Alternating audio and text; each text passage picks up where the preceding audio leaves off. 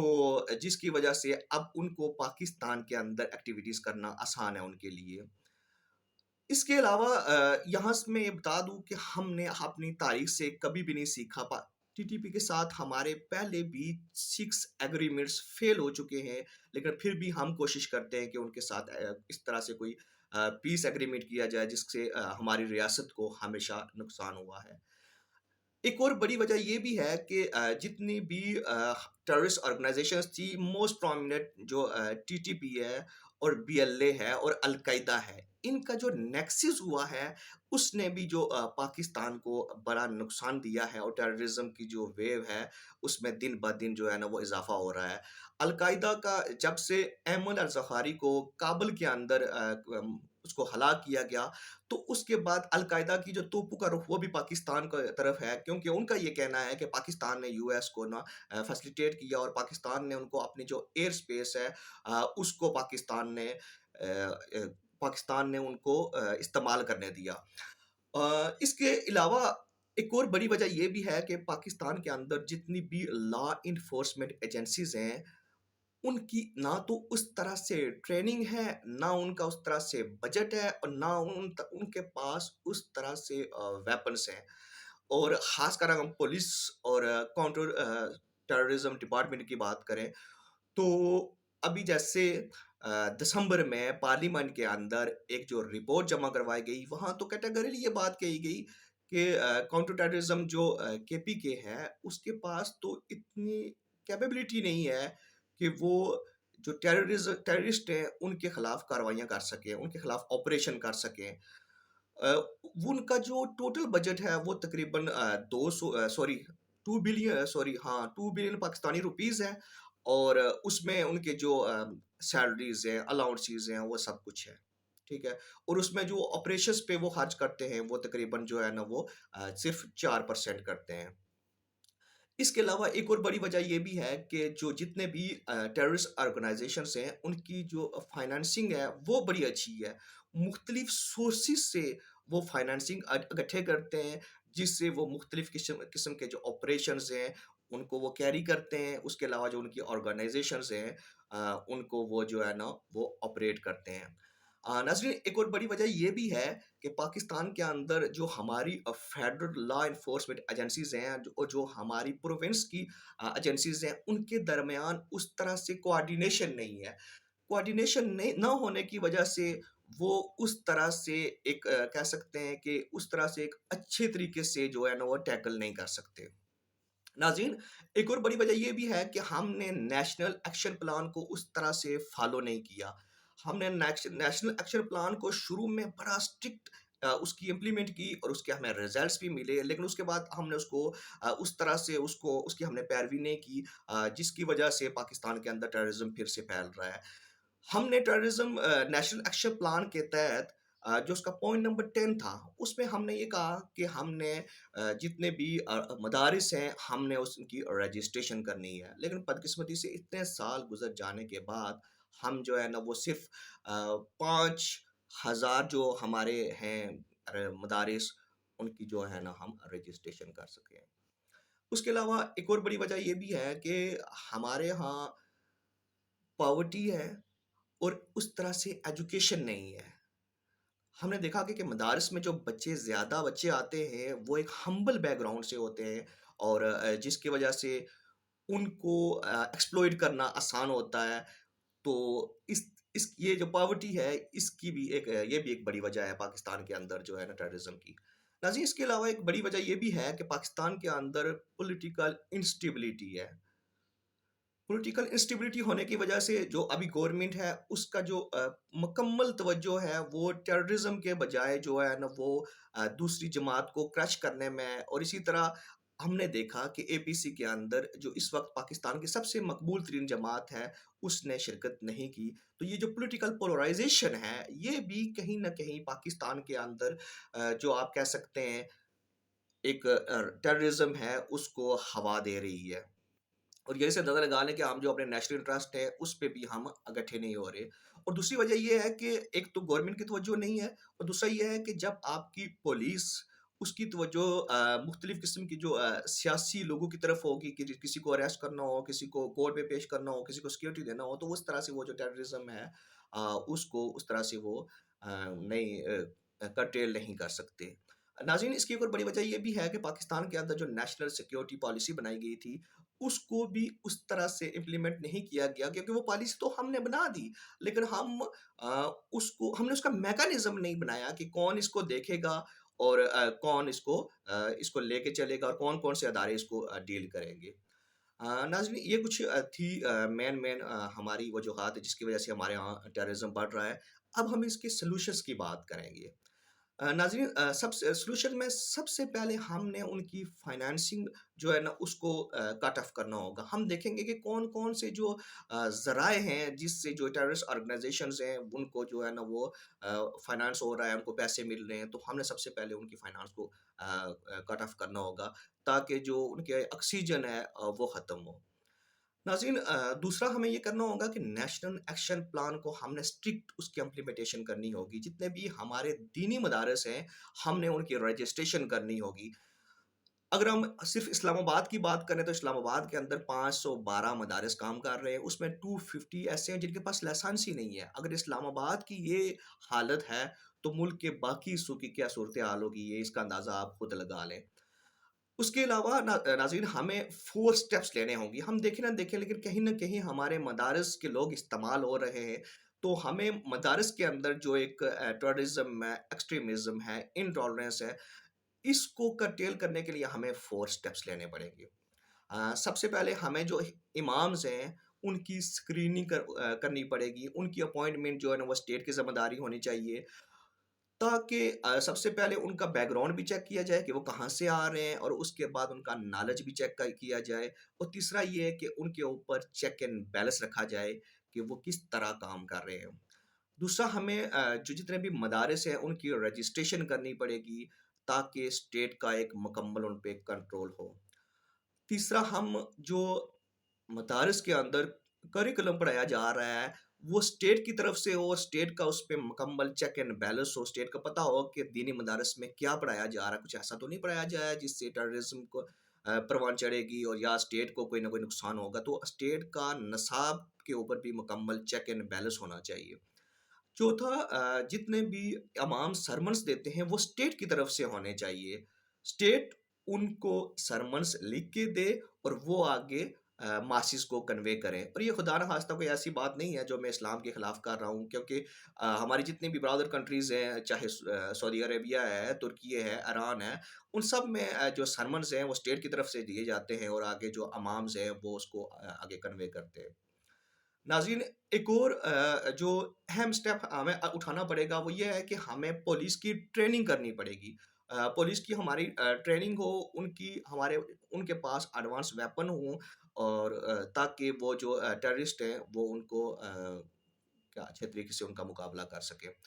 ناظرین، ایک اور جو اہم یہ ہے کہ وہ ہمیں جو جتنے بھی ریلیجیس اسکالرس ہیں، ہمیں ریلیجیس اسکالرس کا بھی ایک اہم کردار ہونا چاہیے۔ ریلیجیس اسکالرس جو ایک مذہب کی ایک غلط انٹرپریٹیشن کی جا رہی ہے، اس کو ہم نے دیکھنا ہے کہ ہم نے اس کو کس طرح سے جو ہے نا وہ جو ہمارے ریلیجیس اسکالرز ہیں وہ اس کو اسلام کا جو اصل ایک سینس ہے اس کو دنیا کے سامنے لے کے آئے۔ اس کے علاوہ ہم دیکھیں گے کہ جو ہمیں جوشری ہے اس کے اندر ریفارمس لانے کی ضرورت ہے، تاکہ جو بھی ٹیررسٹ پکڑے جائیں ان کو جو ان کا ایک ان کو پنشمنٹ کی جائے، تاکہ وہ دوبارہ اس طرح کی ایکٹیویٹیز نہ کر سکیں۔ اور اس کی مثال ہمارے سامنے کچھ یوں ہے کہ اگر ہم دیکھیں تو جو ملالہ یوسفزئی ہے، اس کے جو جن نے اس پہ حملہ کیا تھا، وہ ہم نے دیکھا کہ وہ بعد میں ہمیں وہ جوشری نے ان کو چھوڑ دیا، جس کی وجہ سے وہ دوبارہ وہ ایکٹیویٹیز میں کر رہے ہیں۔ اس کے علاوہ ہم یہ دیکھیں گے کہ جو ڈی ریڈیکلائزیشن کو، یہ جو ہمارے بچے خدا نخواستہ جو جانے انجانے میں جیسے بھی وہ ایک ٹیررسٹ کے ہاتھوں میں چلے گئے ہیں، اور ہم ان کو ڈی ریڈیکلائزیشن کریں، دوبارہ ان کو مین سٹریم میں لے کے آئیں۔ اور اس کی بڑی اچھی مثالیں ہیں، جیسے صبون ہے، اس کے علاوہ رستون ہے، مشعل ہے۔ تو اس طرح کے سینٹرز ہونے چاہیے، جو ہمارے جو جتنے بھی ہمارے بچے ہیں ان کو دوبارہ سے ان کی جو ہے نا وہ نارمل زندگی کی جائے۔ اس کے علاوہ ناظرین، جو ہماری فیڈرل اور جو پروونس جتنے بھی ایجنسیز ہیں، ان کی جو ہے نا وہ اسٹرانگ جو ان کی کوآرڈینیشن ہونی چاہیے، کوآپریشن ہونی چاہیے، ڈیٹا شیئرنگ ہونی چاہیے، ان کے آپریشنز ہونے چاہیے، ان کی ٹریننگز ہونی چاہیے، ان کے جتنے بھی ان کے ویپنس ہیں وہ ایڈوانس ہونے چاہیے۔ اس کے علاوہ جو ان کی ہیں آئی ٹی کی جو جتنے بھی ٹیکنالوجی بھی جو ہے نا وہ ان کی ایڈوانس ہونی چاہیے۔ تو اس کے علاوہ جو نیشنل سیکیورٹی پالیسی ہے اس کی بھی ہماری جو ہے نا اسٹرکٹ امپلیمنٹیشن ہونی چاہیے، تاکہ ہمیں جو ٹیررزم ہے اس کو کنٹرول کرنے میں آسانی ہو۔ اس کے علاوہ ناظرین، ایک آج کل آ رہا ہے ایک دنیا میں کنسیپٹ ہول آف سوسائٹی، تو سوسائٹی کا بھی ایک بڑا اہم کردار ہے۔ اور جیسے ہم نے دیکھا کہ تاریخ میں پہلی بار پاکستان کے اندر کے پی کے میں اور خاص کر سوات میں ایک میسیو سطح پر جناب ہوئے پروٹیسٹس ہوئے، جس میں عوام نے ان کو طالبان کو ویلکم نہیں کیا۔ تو یہ ایک گڈ سائن ہے پاکستان کے لیے۔ تو ماسس کی سطح پہ بھی ایک بڑی ہونا چاہیے، آپ کہہ سکتے ہیں کہ رجسٹر ہونی چاہیے جتنے بھی جو ایلیمنٹس ہیں، چاہے وہ ٹی ٹی پی ہے، بی ایل اے یا دوسرے بھی ہے۔ میڈیا کا بڑا اہم کردار ہے، میڈیا کو چاہیے کہ وہ ایک پاکستان کا پازیٹیو جو ہے پکچر ہے وہ پیش کرے، ٹیررسٹ کو زیادہ ایک ایگزیجریٹ کر کے نہ بتائے، اور نہ ان کو ایسا رومانٹک کر کے بتائے کہ وہ جیسے پتہ چلے کہ وہ ٹیررسٹ نہیں ہے بلکہ کوئی ہیرو ہے۔ تو ریٹنگ کے چکر میں میڈیا کو بھی یہ جو اپنا قبلہ درست کرنا پڑے گا، اور ان کو بھی ایک پازیٹیو جو ہے نا اپنا کردار ادا کرنا پڑے گا۔ اور ٹیررزم کو انہوں نے بالکل ایک کہہ سکتے ہیں کہ اس طرح سے پیش کرنا چاہیے کہ لوگ اس سے نفرت کریں۔ پیرنٹس کا اس میں کافی اہم کردار ہے، کہ جو پیرنٹس ہیں ان کو اپنے بچوں پہ نظر ہونی چاہیے کہ ہمارا بچہ کس سے ملتا ہے، کس سے نہیں ملتا، وہ فون کس طرح یوز کرتا ہے، فون میں کیا چیزیں دیکھ رہا ہے، وہ اس طرح کی کوئی ٹریننگ تو نہیں لے رہا جس کی وجہ سے کل وہ کسی ایسی ایکٹیویٹی میں ملوث ہو سکتا ہے۔ تو ناظرین، یہ کچھ مین پوائنٹس تھے جو میں نے آپ کے سامنے رکھے۔ آئی ہوپ آپ کو ویڈیو پسند آئے گی۔ انشاءاللہ اگلی کسی ویڈیو میں ایک نئے ٹاپک کے ساتھ ملاقات ہوگی۔ Thank you very much.